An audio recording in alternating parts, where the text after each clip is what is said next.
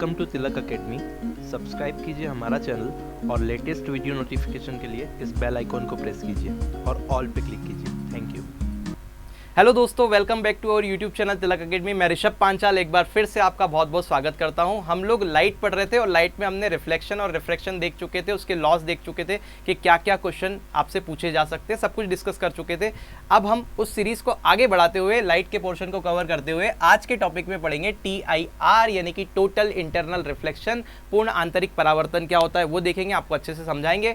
उसके बाद देखेंगे क्या क्या क्वेश्चन यहाँ से पूछे जाते हैं। मेन चीज़ तो वही है कि क्या क्या क्वेश्चन पूछे जाते हैं, कहाँ से याद रखना है। तो अगर डीप में भी पूछता है तो कोई टेंशन लेने की जरूरत नहीं है, सब कुछ आप सीख जाएंगे। तो चलिए, अभी आपको टोटल इंटरनल रिफ्लेक्शन को समझने के लिए अपवर्तन का कॉन्सेप्ट बहुत अच्छे से समझ में आना चाहिए। अपवर्तन यानी कि रिफ्रैक्शन ऑफ लाइट। रिफ्रैक्शन क्या होता है? तो जब भी लाइट रे एक मीडियम से दूसरे मीडियम में ट्रेवल करती है तो लाइट की स्पीड में चेंज आने के कारण वो अपने पाथ से डेविएट हो जाती है। इस घटना को हम क्या बोलते हैं? रिफ्रैक्शन ऑफ लाइट बोलते हैं। तो आपको ये तो समझ में आ गया, कल हमने पढ़ भी लिया था, इसके रूल्स भी पढ़ लिए थे। आप टोटल इंटरनल रिफ्लेक्शन को जरा ध्यान से समझिएगा और कोशिश कीजिएगा, 100% आपको समझ में आएगा, बिल्कुल आसान है।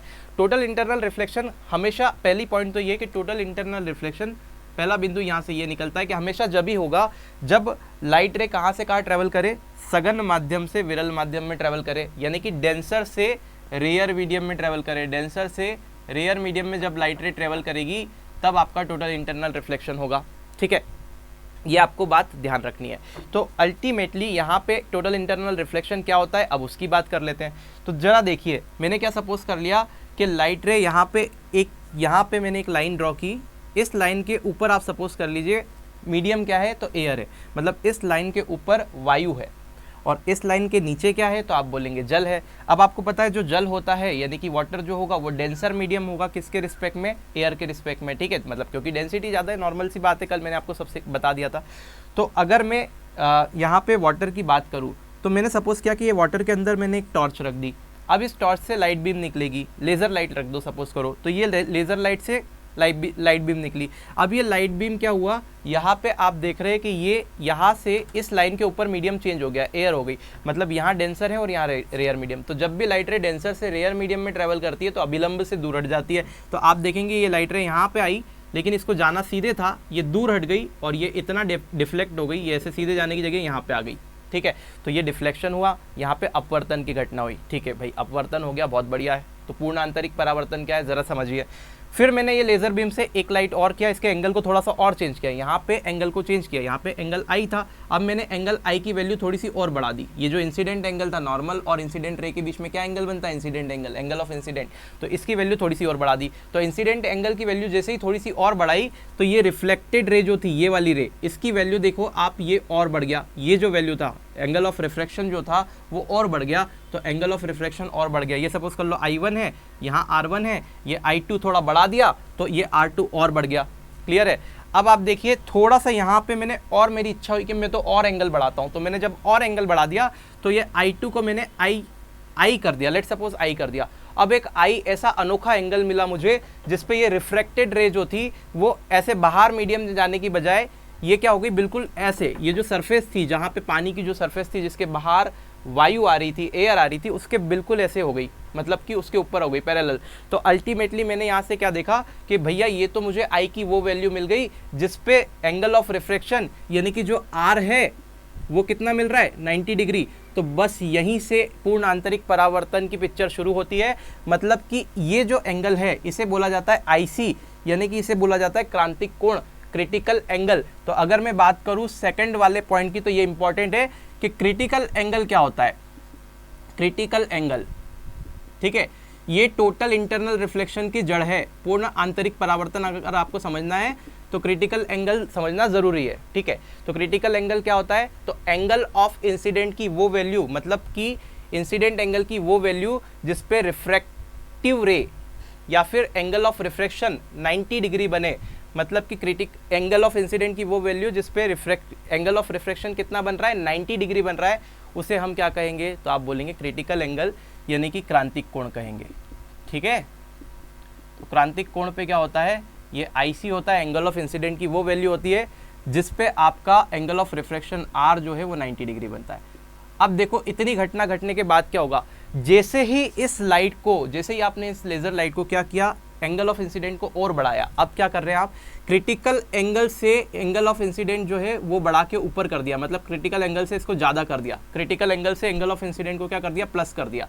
तो जैसे ही क्रांतिक कोण से आपने आपतन कोण का मान बढ़ाया, मतलब एंगल ऑफ इंसिडेंट की वैल्यू बढ़ाई, तो ये जो लाइट रे थी जो रिफ्रैक्ट हो रही थी और रिफ्रैक्ट होकर दूसरे मीडियम में जा रही थी, यानी कि डेंसर मीडियम से रेयर मीडियम में जा रही थी, वो क्या करेगी, डेंसर से रेयर मीडियम में जाने की जगह वापस से रिफ्लेक्ट होकर उसी मीडियम में चले जाएगी, यानी कि यहाँ से आई और उसी मीडियम में अंदर वापस निकल जाएगी।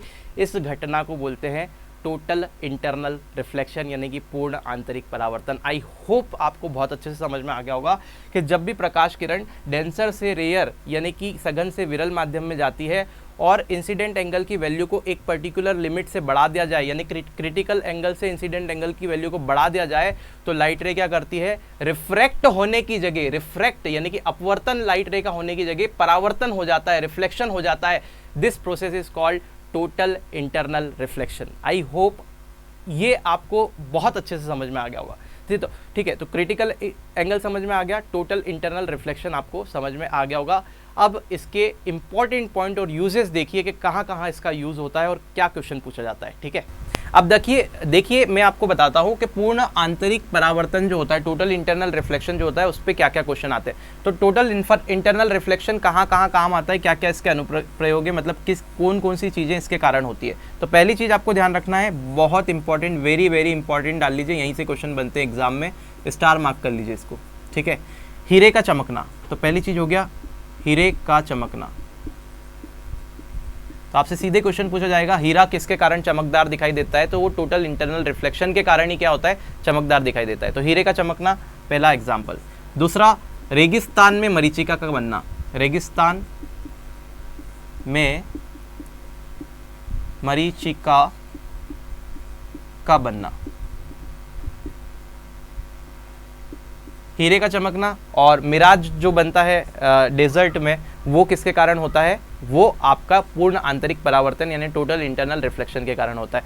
तो ये रेगिस्तान में मरीचिका का चमकना, मतलब कि रेगिस्तान में अगर कोई बंदा जा रहा है, जैसे ट्रैवल कर रहा है, तो उसको क्या लगता है, दूर देखकर पानी होने का भ्रम ऐसा दिखता है कि शायद यहाँ पे पानी है, दूर से ऐसा दिखता है कि ऐसा चमकता हुआ दिखाई देता है, जिससे कि उसे ऐसा भ्रम होता है कि यहाँ पे पानी है, तो इसे बोलते हैं मरीचिका रेगिस्तान की, है ना, मिराज। ठीक है, एक और एग्जाम्पल आप लिख लीजिए इसके अंदर, पानी में बुलबुले का चमकना।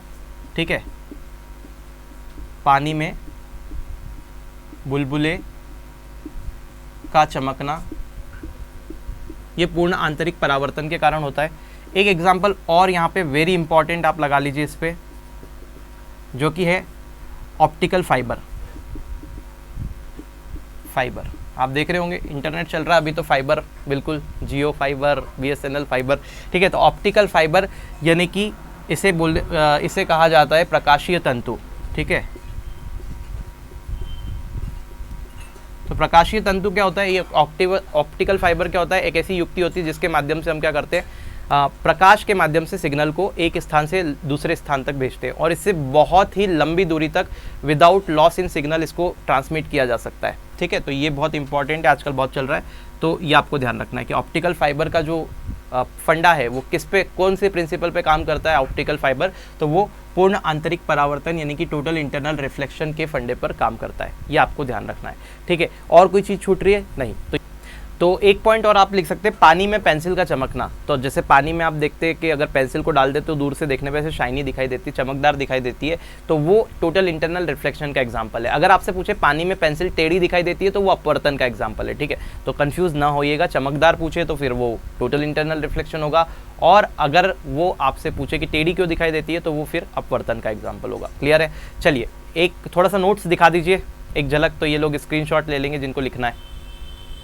ठीक है, तो आप देख रहे हैं पूर्ण आंतरिक परावर्तन का, टोटल इंटरनल रिफ्लेक्शन का आपको नोट्स स्क्रीन पे दिखाई दे रहा है, आप लोग इसका स्क्रीनशॉट ले सकते हैं। इसमें सारी चीज़ें मैंने बताई हुई है कि क्या क्या यहाँ पे आप क्या क्या यूज़ होते हैं टोटल इंटरनल रिफ्लेक्शन के, कहाँ कहाँ इसका उपयोग होता है। ठीक है, अब हम बात करेंगे नेक्स्ट टॉपिक की, और गोली दर्पण भी पढ़ेंगे। उससे पहले जो आज नेक्स्ट टॉपिक की बात करना है वो वर्ण विक्षेपण पढ़ना है, तो पहले वर्ण विक्षेपण पढ़ा देते हैं, उसके बाद हम गोली दर्पण की बात करेंगे। अब देखिए हम लोग बात करने वाले हैं प्रकाश के वर्ण विक्षेपण की, यानी कि डिस्पर्जन ऑफ लाइट की। तो देखिए डिस्पर्जन ऑफ लाइट क्या होता है। तो क्या होता है, जब भी हम श्वेत प्रकाश को यानी कि व्हाइट लाइट को किसी माध्यम से, जैसे कि प्रिज्म हो गया, प्रिज्म से गुजारते हैं लेट सपोज, तो वो क्या होता है, जो व्हाइट लाइट होती है वो 7 रंगों में डिवाइड हो जाती है। प्रकाश की इसी घटना को क्या कहते हैं, वर्ण विक्षेपण कहा जाता है। आपने देखा होगा बारिश के मौसम में आप देख रहे हैं इंद्रधनुष बन जाता है। तो इंद्रधनुष के बनने की जो घटना है वो किसके कारण होती है, वो भी प्रकाश के वर्ण विक्षेपण के कारण होती है। तो हालांकि इसमें प्रकाश का जो दूसरी घटनाएं हैं वो भी शामिल होती है इंद्रधनुष के बनने में, जैसे कि तीनों घटनाएं हो सकती है, परावर्तन भी होता है, अपवर्तन भी होता है, उसके बाद में पूर्ण आंतरिक परावर्तन। ये तीनों घटनाएं से मिलकर भी इंद्रधनुष बनता है। ठीक है, तो ये आपको ध्यान रखना है। तो सिंपल सी बात है, अगर आपसे कोई वर्ण विक्षेपण पूछे तो वर्ण विक्षेपण का मतलब क्या है, वर्ण विक्षेपण का मतलब सिर्फ इतना है कि श्वेत प्रकाश को अगर कोई प्रिज्म या फिर किसी इस तरह से के माध्यम से गुजारा जाए तो वो क्या होता है, वह 7 रंगों में विभाजित हो जाता है। इस घटना को क्या कहते हैं, प्रकाश का वर्ण विक्षेपण यानी कि डिस्पर्जन ऑफ लाइट कहते हैं। ठीक है, तो देखिए यहाँ पे लेट सपोज कर लीजिए कि ये आपके पास में प्रिज्म है। ठीक है, और इस प्रिज्म से मैंने श्वेत प्रकाश को गुजारा, ये आपका जो है श्वेत प्रकाश है, यानी कि इसको बोल देते हैं व्हाइट लाइट। ठीक है, तो व्हाइट लाइट, जैसे ही इस व्हाइट लाइट को मैंने प्रिज्म से गुजारा तो आप देखेंगे कि ये जो है वो 7 रंगों में विभाजित हो जाएगा। ठीक है, इस तरह से ये 7 रंगों में विभाजित हो जाता है। 1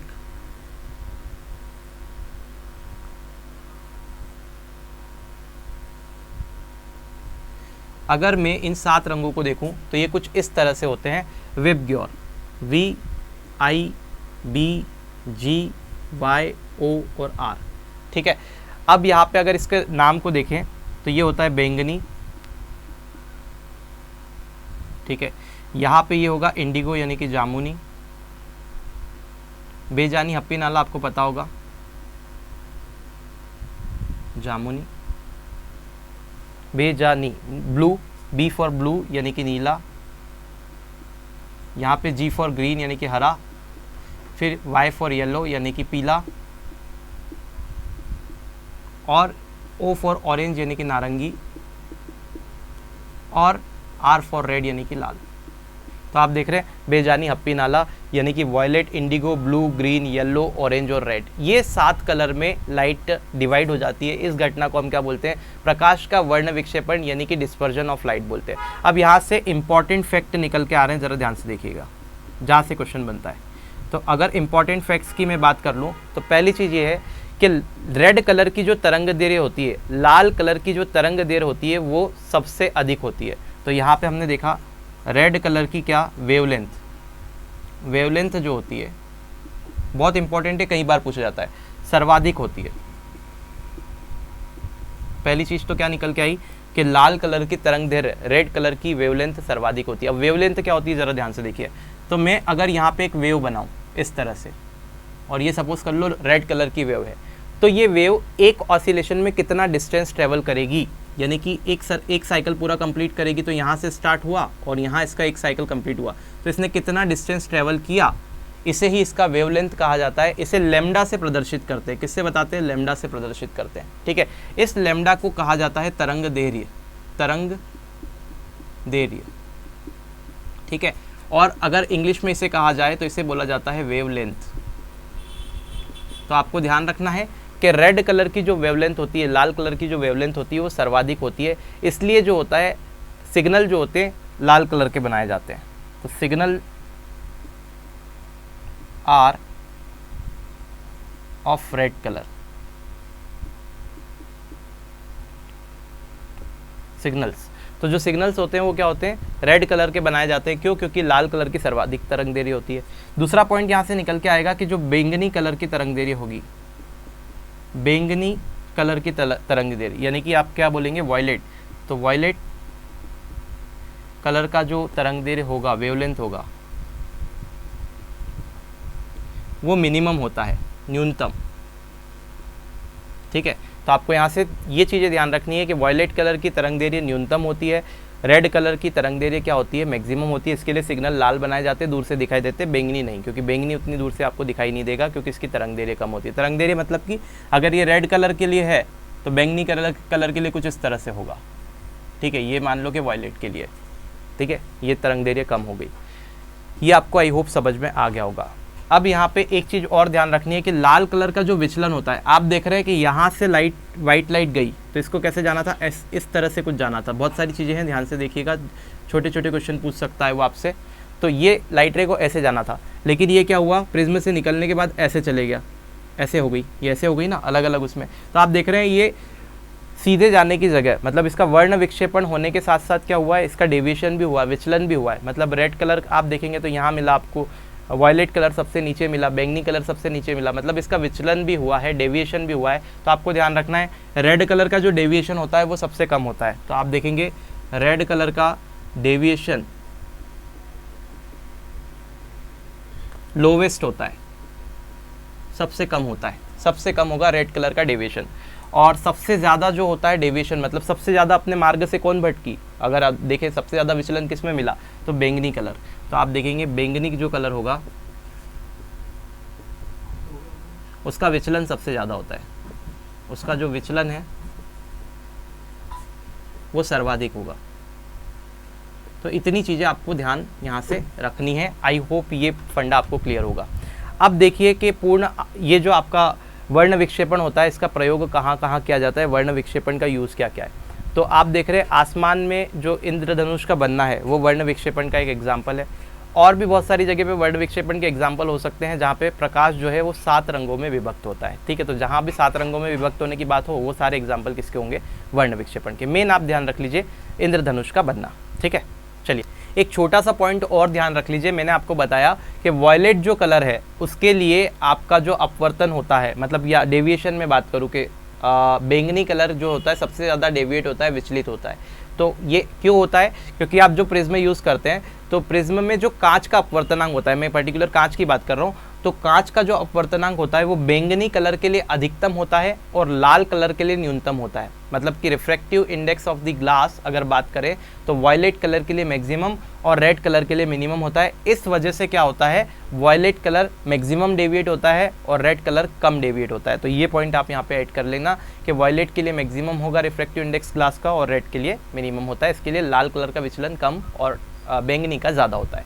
चलिए तो अब थोड़ा सा नोट्स में आपको स्क्रीन पे दिखा देता हूँ जिससे आप समझ पाएंगे वर्ण विक्षेपण क्या होता है। तो थोड़ा सा ऊपर कर दीजिए इसको। हाँ, प्रकाश का वर्ण विक्षेपण, तो प्रकाश का जब भी हम प्रिज्म से उसको गुजारते हैं प्रकाश को, तो वो 7 रंगों में विभाजित हो जाता है। इस घटना को वर्ण विक्षेपण कहा जाता है। 7 रंगों को विबग्योर के नाम से जाना जाता है, बेजानी हप्पी नाला जिसे आप हिंदी में कहते हैं, बैंगनी, जामुनी, हाँ, नीला, हरा, पीला, नारंगी और लाल, ठीक है। उसके बाद में कांच का अपवर्तनांक वाला केस मैंने आपको बता दिया, किसकी तरंगदैर्घ्य ज़्यादा होती है, किसकी तरंगदैर्घ्य कम होती है, ये आपको दिखा दिया। सिग्नल किसके बनाए जाते हैं, रेड कलर के क्यों बनते हैं, ये आपने यहाँ पे सीख लिया। और इंद्रधनुष का जो बनना है ये एक एग्जाम्पल है किसका, प्रकाश के वर्ण विक्षेपण का, ये आप याद रख सकते हैं। वैसे इंद्रधनुष के बनने में मैंने आपको 3 चीज़ें बताई है, परावर्तन भी होता है, अपवर्तन भी होता है और आपका पूर्ण आंतरिक परावर्तन भी हो सकता है, ठीक है। और यहाँ पे वर्ण विक्षेपण की घटना तो है ही, तो ये आपको ध्यान रखना है, कहीं भी पूछा जा सकता है। अब देखिए हम लोग बात कर रहे हैं प्रकाश के विवर्तन की, यानी कि डिफ्रैक्शन ऑफ लाइट क्या होता है। तो इसके ऊपर ज़्यादा प्रश्न नहीं पूछे जाते, सिर्फ आपको कॉन्सेप्ट पता होना चाहिए कि फिनोमिना क्या होता है, क्योंकि डायरेक्ट फिनोमिना पे हो सकता है क्वेश्चन पूछा जा सके। तो आपको क्या ध्यान रखना है कि डिफ्रैक्शन ऑफ लाइट में आपको ये तो आप सभी ने जान लिया कि जो लाइट होती है वो किसी भी मीडियम में अगर ट्रैवल कर रही है तो वो बिल्कुल एक सीधी रेखा में गति करती है। तो लाइट अगर देखें तो एक सीधी लाइन में ट्रेवल करती है। लेकिन कभी कभी क्या होता है, अगर लाइट के मार्ग में लेट सपोज यहाँ पे कोई एक ऑब्स्टिकल आ गया, कोई अवरोध आ गया, तो आप अवरोध अगर आ गया तो ये लाइट यहाँ पे आपको क्या दिखेगा, ये जैसे लाइट यहाँ पे ट्रेवल कर रही थी, आपने इसके मार्ग में अवरोध ला दिया, तो क्या इसके पार आपको लाइट दिखाई देगी। तो अगर यहाँ पे आपने पर्दा लगाया तो आपको यहाँ कोई लाइट नहीं दिखाई देगी, ठीक है, क्योंकि अवरोध आ गया तो ये सीधी रेखा में गमन करती है। तो अवरोध के कारण क्या हुआ, यहाँ पे कोई लाइट नहीं दिखी, मतलब यहाँ पे क्या दिखा, सिर्फ शेडो दिखा, यानी कि छाया दिखेगी पर्दे के ऊपर। लेकिन कभी कभी क्या होता है कि जब लाइट वेव सीधी रेखा में ऐसे गमन करती है और एक ऑब्स्टिकल जो अवरोध रहता है वो बहुत ही ज़्यादा छोटा है, मतलब कितना छोटा है कि जो लाइट वेव आपकी ट्रेवल कर रही है, इस लाइट वेव की वेवलेंथ से छोटी साइज़ का अगर कोई ऑब्स्टिकल आ जाता है, मतलब इस तरह से कोई अवरोध आ जाता है जो एक पर्टिकुलर पॉइंट पे उसकी वेवलेंथ से भी कम हो रहा है, तब क्या होता है, जैसे सपोज करो एक छोटा सा नुकीला सा एक ऑब्स्टिकल आ गया यहाँ पे, तो ये लाइट रे क्या होगी, ऐसे करके बैंड होके ऐसे निकल जाएगी, ठीक है। तो ये लाइट रे का ऐसा बैंड होने की जो घटना रहती है, इसे ही हम क्या कहते हैं, डिफ्रैक्शन कहते हैं, यानी कि प्रकाश का विवर्तन कहा जाता है। तो प्रकाश का किसी भी ऑब्स्टिकल यानी कि अवरोध से टकरा करके, यानी कि नुकीले या फिर मैं बोलूँ पॉइंटेड जो कि बहुत ही छोटा साइज का ऑब्स्टिकल है, उससे टकरा कर बैंड हो जाने की जो घटना है, मतलब कि अपने मार्ग में हल्का सा बैंड होके चले जाने की जो घटना होती है, इसे हम क्या कहते हैं, विवर्तन कहते हैं, यानी कि डिफ्रैक्शन कहते हैं। आई होप ये आपको समझ में आ गया होगा। बस इसमें इतना ही आपको ध्यान रखना है और कुछ इसमें एक्स्ट्रा आपको याद रखने की ज़रूरत नहीं है।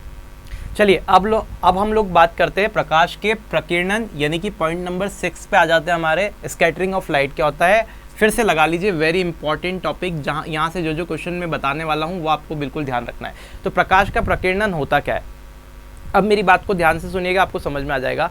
तो जब भी आपकी लाइट यानी कि जब भी प्रकाश क्या होता है, कोई ऐसे माध्यम से गुजरता है जिस माध्यम के अंदर बहुत सारे धूल के कण हैं, छोटे छोटे पार्टिकल है, तो ऐसे माध्यम से जब भी कोई प्रकाश गुजरता है, जैसे सपोज कर लो कि ये आपके पास में एक मीडियम है, ठीक से बना देता हूँ, ये आपके पास में एक मीडियम है जहाँ पे बहुत सारे छोटे छोटे कण हैं और ये आपकी लाइट रे गुजर रही है। तो जब भी प्रकाश ऐसे कोई मीडियम से गुजरता है, माध्यम से गुजरता है जिसमें बहुत सारे छोटे छोटे पार्टिकल या फिर आप बोल सकते हैं धूल के कण हैं, सूक्ष्म कण हैं, तो क्या होता है, प्रकाश सभी दूर ऐसे प्रसारित हो जाता है।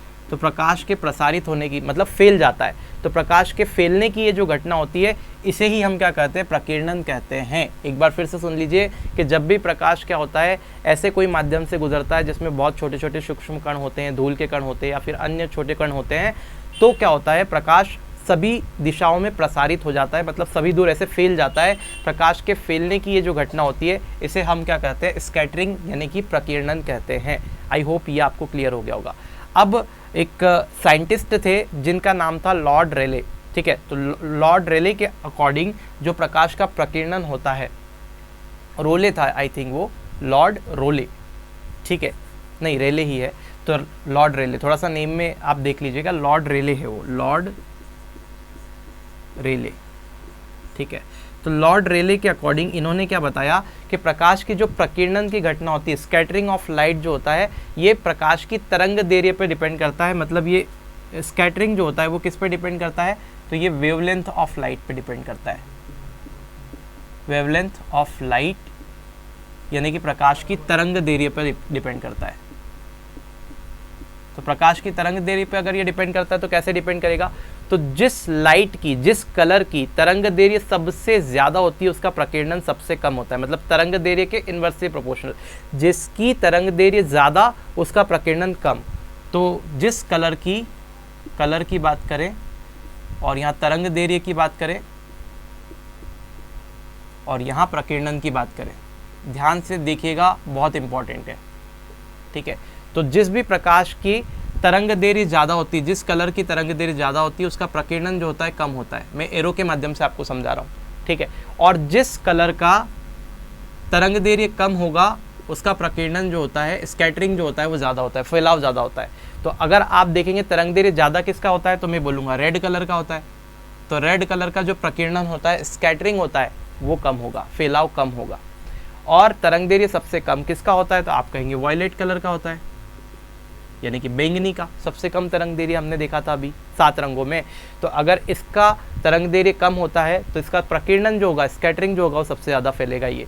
इसलिए आपने देखा होगा, तो ये तो पहला पॉइंट हो गया, तरंग दैर्घ्य पे निर्भर करता है। दूसरा इंपॉर्टेंट पॉइंट यहाँ से निकल के आया, ये जो प्रकाश का प्रकीर्णन होता है यानी कि स्कैटरिंग ऑफ लाइट होता है, इसी वजह से आकाश का रंग नीला दिखाई देता है। कई बार क्वेश्चन पूछा गया है, आकाश का रंग नीला क्यों दिखाई देता है, तो भैया आकाश का जो रंग है वो नीला प्रकाश के प्रकीर्णन यानी कि स्कैटरिंग के कारण दिखाई देता है। आई होप ये समझ में आ गया होगा।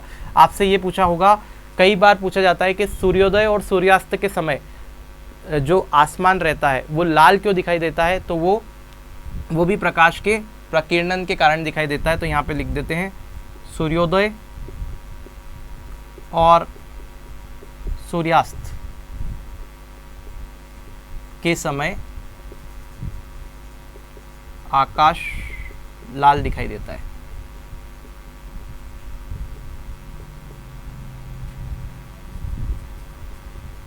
ठीक है, ये सब घटनाएं क्या होती है, प्रकाश के प्रकीर्णन के कारण होती है।